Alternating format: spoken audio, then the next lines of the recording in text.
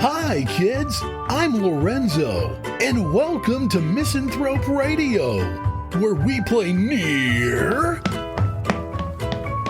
far, near, far. Can you say misanthrope? Misanthrope. I knew you could do it. We talk about poop, and we have story time. Today's story is about that time your mother blew George straight and then went home and kissed your father right on his mouth. You know, I don't know whether your mom blew George straight or not, but I feel like there's a decent chance she probably did. Misanthrope Radio starts now. So I did something today that I don't normally do. And when I say I don't normally do it, I mean like I don't think I've ever done it. I went cruising the Apple charts looking for the top comedy podcasts in America right now. And there were some names on there that were not unfamiliar, like Amy Poehler from Saturday Night Live has her own podcast. Joe Rogan, of course, shows up under the comedy heading. I'm not sure I would classify what he does as comedy, but okay, whatever. Theo Vaughn has a conversational comedy type podcast. There's a podcast out there from Jason Bateman, the flamboyantly gay guy off of Will and Grace, and the guy who's Kristen Bell's baby daddy. But I may be wrong on that too. I don't know. A lot of those guys kind of look alike.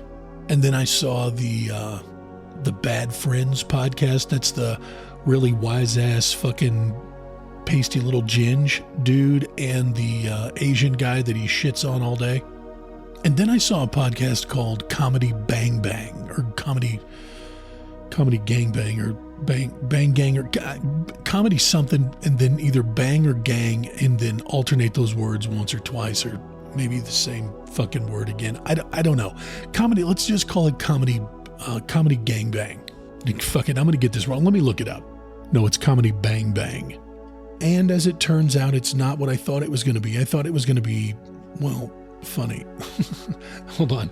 No, I thought it was going to be something other than what it was. What it turned out to be was a conversational type show with an accomplished comedian and then the host, who I'm assuming has a background in comedy, but I don't really fucking know because I didn't research it. I don't care enough.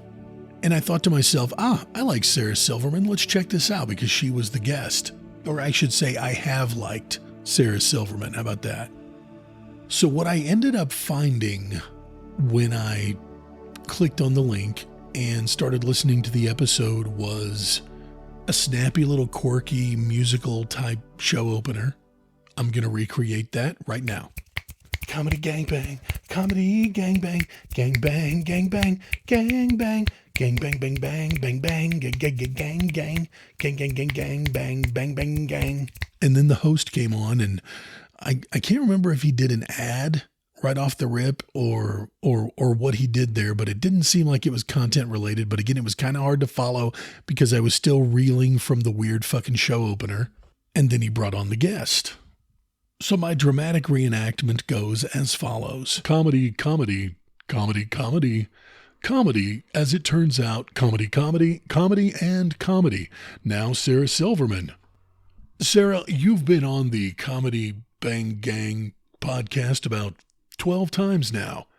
How does it make you feel? Fucking, I hate magicians. Still hating magicians, huh? Comedy, comedy, comedy, and comedy, comedy, comedy-ish, comedy, comedy, and comedy. Sarah Silverman. I hate magicians. Comedy, comedy, and comedy. And that was basically it. That was the podcast in a nutshell. So I'm thinking to myself, what the fuck am I even doing here?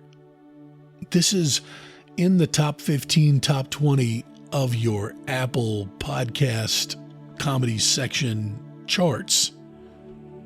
What am I even doing? How am I to compete with scary talent like whatever the fuck that guy's name is who just says comedy a bunch and then laughs? How the fuck am I going to compete with Sarah Silverman as the most disinterested guest I've ever heard, and she just fucking hates magicians? How can I compete with that? How can I hold my own against scary fucking talent of that caliber? How can I hold my own against the wise-ass Ginge and the fucking weird little Asian dude on Bad Friends? How can I hold my own against Jason Bateman and the really, really, really gay guy from Will and Grace? And I think to myself, maybe this medium is not for me. Maybe my brand of comedy is not gonna fucking fly with the lame cunts that are listening and enjoying shows like those. Where are all the fucking talented people? That's what I want to know. These guys are fucking clowns. Where did all the talented people go? Like, where's Jim Norton? Jim Norton was fucking hilarious. I know Patrice O'Neal died. Anthony Cumia is like actually back doing real radio now or something like that. Howard Stern is 112 and hasn't been funny in 20 years. But where's the fucking talent? They have to exist. Oh my God. Oh, my fucking head. How am I trying to break into a medium that is completely ran by some of the most unfunny motherfuckers in history? In order to be fucking successful in podcasting, to quote Adam Carolla in a roundabout way, in order to be successful in podcasting, first step is just be fucking famous already. Fuck me. What am I doing? So, like, in order to break through all of the fucking noise and elevate myself to the top of the fucking Apple charts, I have to be 9 times funnier than anything that they do. If one of these fucking hack podcasts by one of these moderately fucking famous people, if they decide to do Jew humor, I have to do the Jewiest Jew humor of all time. If they decide to do dick jokes, I have to craft dick jokes that are so groundbreaking that they can't possibly fucking go unnoticed. I have to be better in every way. In every facet of this fucking podcasting game, I have to be absolutely flawless to even elevate myself in the charts 1-2 positions. Fucking hell. Oh my God. What the fuck have I undertaken here? Why do I have to fucking excel? See, that's the thing. There's 4 million active podcasts out there, and 3.75 million of them are just people, meatballs, who work fucking changing tires or work down at fucking Jiffy Lube, and they sit down in their basement and they dick around on the fucking microphone, and they have a podcast that 48 of their fucking best friends listen to, and they're just fucking happy as shit with that. Why do I have to be competitive? Why do I feel like I have to fucking compete with the guy who's banging Kristen Bell or whatever the fuck her name is? Oh my God, fuck me. I can't fucking do it. That's the thing. I can't just fucking do a podcast and hope that 5 to 10 fucking people a week find it. I have to be the fucking best at this, or I'm gonna go fucking crazy. I should have never looked. I should have never looked at those fucking charts. I should have never looked at those charts. I should have just assumed that everyone at the top of the fucking comedy charts was doing really groundbreaking, awesome shit. The fact that I've looked now has totally fucked me up. Oh my God. Oh, fuck me. How am I going to compete with this fucking scary talent? These motherfuckers sitting in a room just doing nothing for fucking 2 hours at a time. Not even chuckle worthy in the fucking comedy category. Oh, fuck. What would Jesus do? That's what I need to ask myself. What would Jesus do here? Jesus would pray. Okay. Fold your fucking hands. Let's pray. Dear Lord, in your divine wisdom, in your divine countenance. I don't know what that word means, but I feel like countenance is a word that you say when you're praying. In your divine countenance, please shine down upon me with your blessings and give me a sense of direction in order to defeat and utterly destroy the fucking Philistines that are everyone other than me on the comedy charts in the podcast world. They have blasphemed you, O Lord, by doing unfunny shit constantly and every day, and they're making a fairly decent living, or at least supplementing their already outstanding income by doing mediocre stuff. Please let the public at large realize that they're being hoodwinked into thinking that what they're getting is comedy, when in all actuality, it's just fucking mindless drivel. Oh, and please, if you would send your angels to shower the person who invented the idea of Comedy Bang Bang shower them with the gift of cancer, that would be absolutely amazing, oh Lord, in your mercy. Fuck. Normally I feel better after I pray, but I don't feel better after that prayer at all. Oh, God damn it. Oh, I'm crashing out. Why?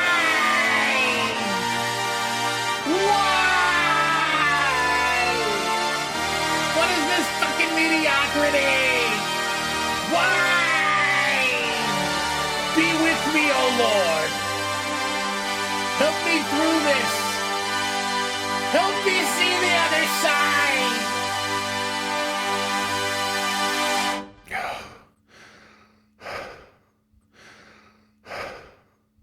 Shower me with your divine countenance, O Lord, and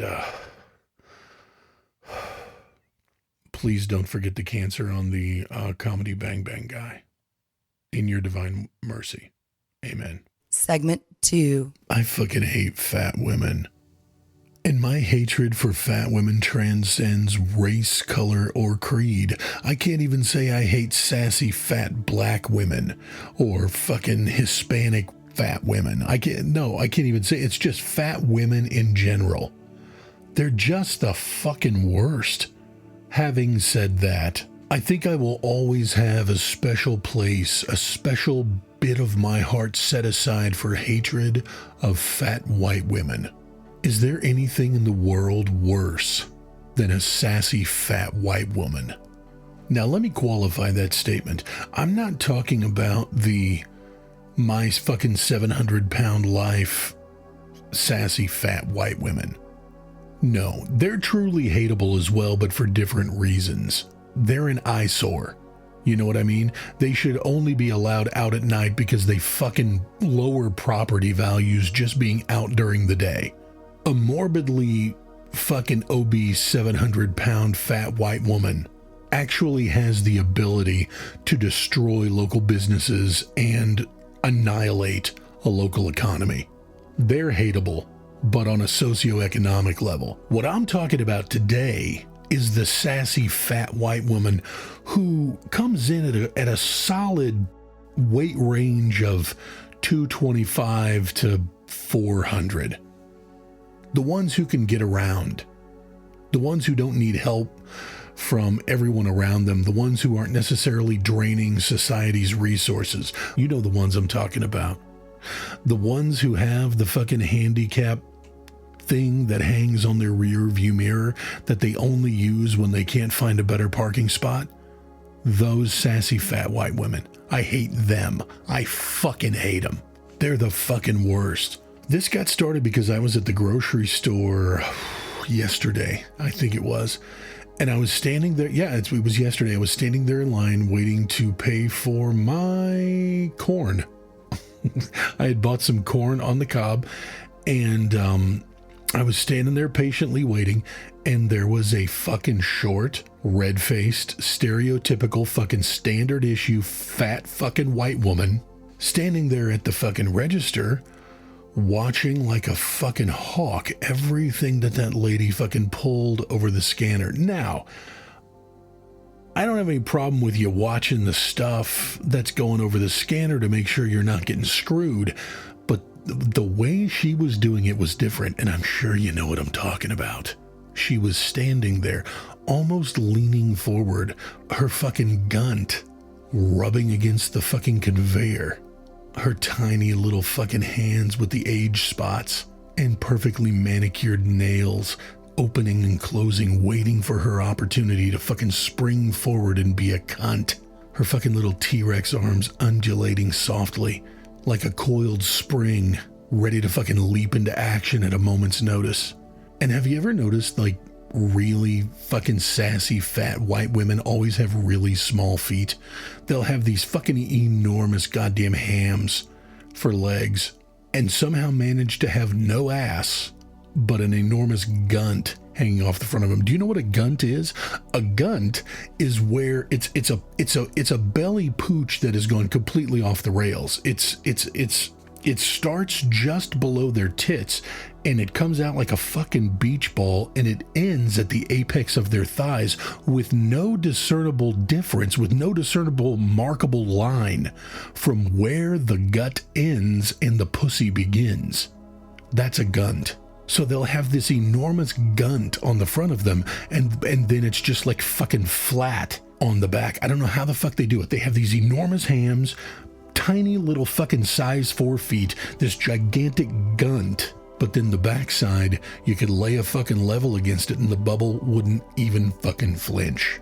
Oh, back around front though, I forgot a push-up bra 100% of the time, because at some point, some fucking fat woman figured out that if you take your gigantic fucking fat bags and you fucking pour them into a fucking push-up bra, they will take the form of whatever you fucking pour them into, and you have them all, and these fucking giant, disgusting fucking frog-faced, fat, nasty fucking cunts 100% of the time have their fucking tits right up by their chin. Always a low-cut shirt, mottled fucking disgusting cleavage, more often than not a butterfly tattoo from 25 years ago. Anyway, I'm getting off subject here. I don't hate them because of their appearance. I have to keep telling myself that. I don't hate sassy fat white women because of their appearance. I hate them because they're bitches. You wouldn't know that by listening to me right now, but I actually don't have a problem with their appearance. What I was saying by describing the appearance was just trying to paint a picture in your head of the fucking standard issue sassy fat white woman physique is what I was trying to say. I hadn't even got to the fucking head yet. The fucking nasty frog face and the fucking turned down mouth and the fucking pig-like snout. And the fucking beady, shifty, fucking dishonest eyes. Always looking for a deal. Always looking for a way to fuck the system. Always looking for someone to fucking break. And then the hair color is one of two. 100% of the time, it is one of these two hair colors. It's that fucking really obnoxious, sassy, fat white woman maroon color. Typically barely shoulder length and shaped into a roughly reminiscent Darth Vader type helmet with bangs and a side part, or same hairstyle and dark hair with flecks of gray. Oh, forgot the eyeglasses. The eyeglasses, usually bifocals, not transitions lenses, to where they're bifocals, but you don't have the line. No, they have the fucking line, and it's the fucking late 80s, early 90s gigantic round rims with the multicolored pattern, because they have to be stylish. Anyway, the sassy fat white woman I just described, who is incidentally the fucking prototype for any and all sassy fat white women everywhere. Stereotypes are stereotypes for a reason. I'm sure if you listen to this podcast long enough as we go along, I'm going to hit some fucking stereotypes that you're not going to appreciate, but fuck you. Stereotypes are stereotypes for a reason. Anyway, she was just standing there and she could not fucking wait for something to go wrong. She couldn't fucking wait. You could read it. Every fucking bit of her body language was screaming, danger, don't approach, danger, don't approach, danger, don't interact. And as the scanning went on, her fucking henpecked, beat down, just getting through it fucking husband was inching further and further away from her, walking down and choosing to bag his own groceries just to put some fucking distance between himself and Loretta, the sassy fat white woman. And finally it happened. She couldn't contain herself any longer. You scanned 3 cans of peaches and I only bought 2. But this is where the problem started. The cashier was not trying to hear any of Loretta's shit. The cashier, without looking at her, without even breaking stride in her scanning, goes, "No, I didn't," and kept it moving. That's all it took. And Loretta launched into full fucking sassy fat white woman mode. Whether it was because the cashier didn't make eye contact, whether it was because the cashier didn't stop what they were doing to scroll up and look on the fucking register tape, or whether it was that the cashier just casually dismissed her. Whatever it was that set Loretta off, it was always going to happen, because sassy, fat fucking white women can't do anything without causing a fucking problem somewhere. And Loretta flipped her shit. Was her name actually Loretta? I don't know. But more often than not, the sassy fat white woman is named Loretta. You ever notice that? Her husband's gaze drops down to the paper sack he is dutifully stowing their fucking groceries into, cowering with a little bit of fear because Loretta broke him long ago. Loretta killed his will to live years and years ago, so now she's on the prowl for someone else to kill. Anyone. Everyone. She flew completely off the handle, started yelling, waving her fucking T-Rex arms around wildly. Her billfold went flying across the fucking counter, screaming at her husband to interject and go find the fucking manager, screaming across the store that she needs the fucking manager there right now. And the cashier, to her credit, didn't even break stride, just kept on scanning. Which only incensed Loretta even further, alternating shifting her weight back and forth in those fucking pinchy size 4 shoes, her fucking overburdened knees bending and straightening and bending and straightening as Loretta is flinging her fucking voice and her arms all over the place. Loretta's a force to be reckoned with. Loretta's not someone you want to trifle with. Do you want to know why? Loretta is a standard issue, sassy fucking fat white woman. She even turned and looked at me at one point, after she had ran her husband off and the cashier didn't seem to care. The manager was scurrying across the front, hadn't quite got there yet. She wheeled and turned and looked at me looking for validation. She got no such thing. I just stared, dead-eyed, back in that frog-like fucking face with the red, spider, broken blood vessels all over her fucking nose, and just waited for her to say something. The manager finally got there, scurrying up to his cashier's side, making sure to keep the conveyor table between him and Loretta, the destroyer. And Loretta proceeded to lay into him and tell him that she's never been treated so badly in all her life. This place is a complete shithole. It's a joke. She doesn't understand why when she has a legitimate concern about the amount of money she's being charged, the cashier won't even look her way. Because, you know, Loretta can't stand to be dismissed. The manager made all of the necessary platitudes, offered a fucking coupon. Loretta seemed mollified, and the transaction commenced. But that incident with Loretta got me thinking about all of the sassy fat white women I've fucking hated throughout the course of my life, and the common traits that they've all shared. They all refer to themselves as something other than what they are. No sassy fat white woman will say, I am a sassy fat white woman. Absolutely not. They will not fucking wear that on their sleeve. They will not pronounce that or shout that from the rooftops. No. They instead refer to themselves as voluptuous, or luscious, or curvaceous. They refer to themselves as busty, or if you get one who has a little bit of fun in them, they will say that they are a plus-size princess.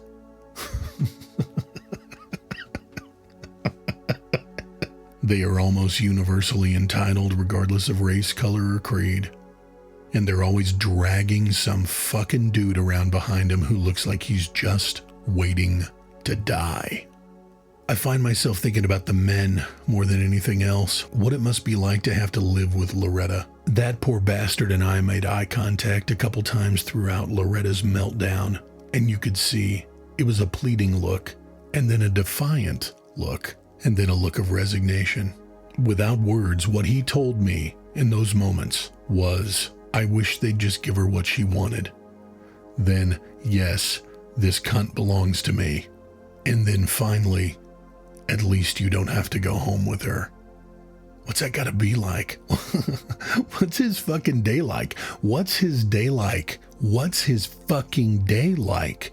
Because can you imagine what it's like to have to get in the fucking car with Loretta after an incident like that? Loretta's not done. No, she's kicking ass for the rest of the day. Fucking sassy fat white women, goddamn. They fuck everything up. You know, I don't have any interest in doing any kind of interview type podcast, but I would like to sit down across from Loretta, the Sassy Fat White Woman, and really get into her head and see what makes her tick. I would try to charm her, I think. I think that would be my tactic. I would sit down across from Loretta and I would really turn on the charm just to see if I could get Loretta to want me. Oh my God. What a fucking awful idea. Oof. Can you imagine Loretta, the Sassy Fat White Woman, in fucking seduction mode? Oh my God. I just ate. Jesus Christ. With those fucking gigantic fucking ship sail bloomers she calls panties. Satin, I'm sure. With the absorbent cotton patch at the bottom. Fuck. Ugh. Sitting there in front of me in full seduction mode. This pussy's so good, if you throw it in the air, it'd turn into sunshine. Don't worry about it, honey. I brought my own flowers so you can find the wet spot. I know I'm not a looker, but in my bag, I got me an American flag. You can wrap it around my head and fuck me for Old Glory. I feel sorry for that motherfucker. It's got to go home with her. Anyway, I just had to recount my encounter with fucking Loretta, the Sassy Fat White Woman. On to the next segment. Segment 3. Public service announcement here from Misanthrope Radio. In the introduction to this episode of Misanthrope Radio, I did kind of a play on the old fucking Sesame Street, you know, near, far, shit like that. And I said story time was going to be about the time your mom went and fucking blew George Strait and then went home and kissed your dad on the mouth. Obviously, I'm saying that in jest. I don't know if your mom gurped fucking George Strait or not, but would she? That's the fucking question. I don't know how to say this. I actually took copious notes of everything that came into my head on this subject because I don't know how to talk about it. But I know that I don't want to come at it from the angle that like Jordan Peterson would come at it, or that fucking weird Tate guy is he in Romania? Is he in the States? Is he in prison? I don't fucking know. Like, nobody knows where he is or what he's doing. I'm not going to say that this section is not going to have a bit of a misogynistic tint, and that's just because, as it turns out, I'm a dude and I have been all my life, so I'm going to be talking to other men here. So I'm just going to fucking start out and just say it. Stop worrying about chicks, stop chasing chicks, stop trying to hold on to chicks, and just fucking produce. I truly believe that every man has the ability to innovate and change the world around him in one way or another. Everyone has the ability to change the fucking world around them in one way or another, but men get caught up. And most of the time when they get caught up, it's because of some fucking female. Okay, let's try it like this. In my opinion, and this is my uneducated fucking 700-foot view of the situation, never gonna meet any of these people opinion. In my opinion, what do Steve Jobs, Jeff Bezos, I'm going to say Bezos because I feel like that's how you say his name, but it fucking might be Bezos. I don't know. What do Steve Jobs, Jeff Bezos, Elon Musk, and Mark Zuckerberg all have in common at the age of 18? When they were all the age of 18, what did they have in common? Well, they were white, so you can throw that in there. But what else? What's the defining factor? What is the one thing that binds them together at the age of 18? They were all weird, unfuckable dudes. It's like, okay, yeah, Elon Musk right now is rolling in pussy. Have you seen Ashley St. Clair? Jesus, Harold Christ on a rubber crutch. Shockingly hot, right? Jeff Bezos dumped the chick that looks like Bugs Bunny in favor of the TV personality chick who, I mean, she's not really my cup of tea, but I guess you could say she's banging hot, right? Mark Zuckerberg, I'm sure, is rolling in ass. I have no idea. I don't really keep up on these people like that. I just know what's waved in front of me. Post-success, they have no trouble getting chicks. Prior to success, probably couldn't get laid in a morgue. So what do you think they did? And there is a point, I'm getting to it. Do you think they were cruising the fucking early 90s version of OnlyFans? Throwing money at fucking mid-range bitches with stretch marks in order to try to curry some favor? No, probably not. What were they doing? They were achieving. They were thinking. They were working. They were grinding. They were applying their intellect, and in each of their own ways, they have changed the fucking world. So what's the difference between Elon Musk, say, and you? Now, that's not a very good example because I think that guy's on the fucking spectrum. What's the difference between Mark Zuckerberg and you? Not really anything. He learned how to code. He had a great idea. He implemented that idea. He cut out his fucking partners. You know, everybody's seen the movie, which is fucked up. But at the base, at his core, what's the difference between you and Mark Zuckerberg? Well, at the time in his life when Mark Zuckerberg was unfuckable, he applied his fucking ability and changed the world. And that's what I want to talk to you about today. Stop chasing chicks and fucking be splendid. Be amazing. Be a fucking monster. You know, part of flipping the switch in my head and getting back into the mindset of being someone who entertains means that I notice shit now. Now, it used to be back in the day, way back in the day when I was on the radio, 20 years ago, I would walk around and I would notice everything. Nothing got by me. I noticed everything going on around me. And I would fucking roll it around in my head and I would extrapolate it and I would find the funny. In every fucking situation, even the most mundane situation, I would find the one funny thing about whatever I happened to observe. And I would catalog that shit. I'd write it down in a notebook and I would use it every day on the radio. But then once I got out of radio and went in the Navy, as you can imagine, had the need to turn that particular part of my personality off. And that switch stayed flipped off for the better part of 2 decades. Well, I've recently flipped it back on, and I've started noticing again the world around me and what I see at Walmart, at the grocery store, anywhere out in public. I see dudes just walking around trying to fucking get through it. Oftentimes walking around with some fucking broad whose head is on a swivel, and the guy walking around behind her pushing the cart, just trying to get through the fucking day. I've been there, dude. I know what that feels like. I know what it is to chase around a chick that has already broken you and is looking for someone else to break. I know the soul-crushing feeling of chasing around a female that doesn't want to be caught. And if she does want to be caught, it's certainly not by you. It's a damning, awful feeling to be grasping and holding on tight and trying to be everything that female needs you to be, with the knowledge that simply trying to be everything she needs you to be will only make her fucking hate you for it. It's a really shitty feeling.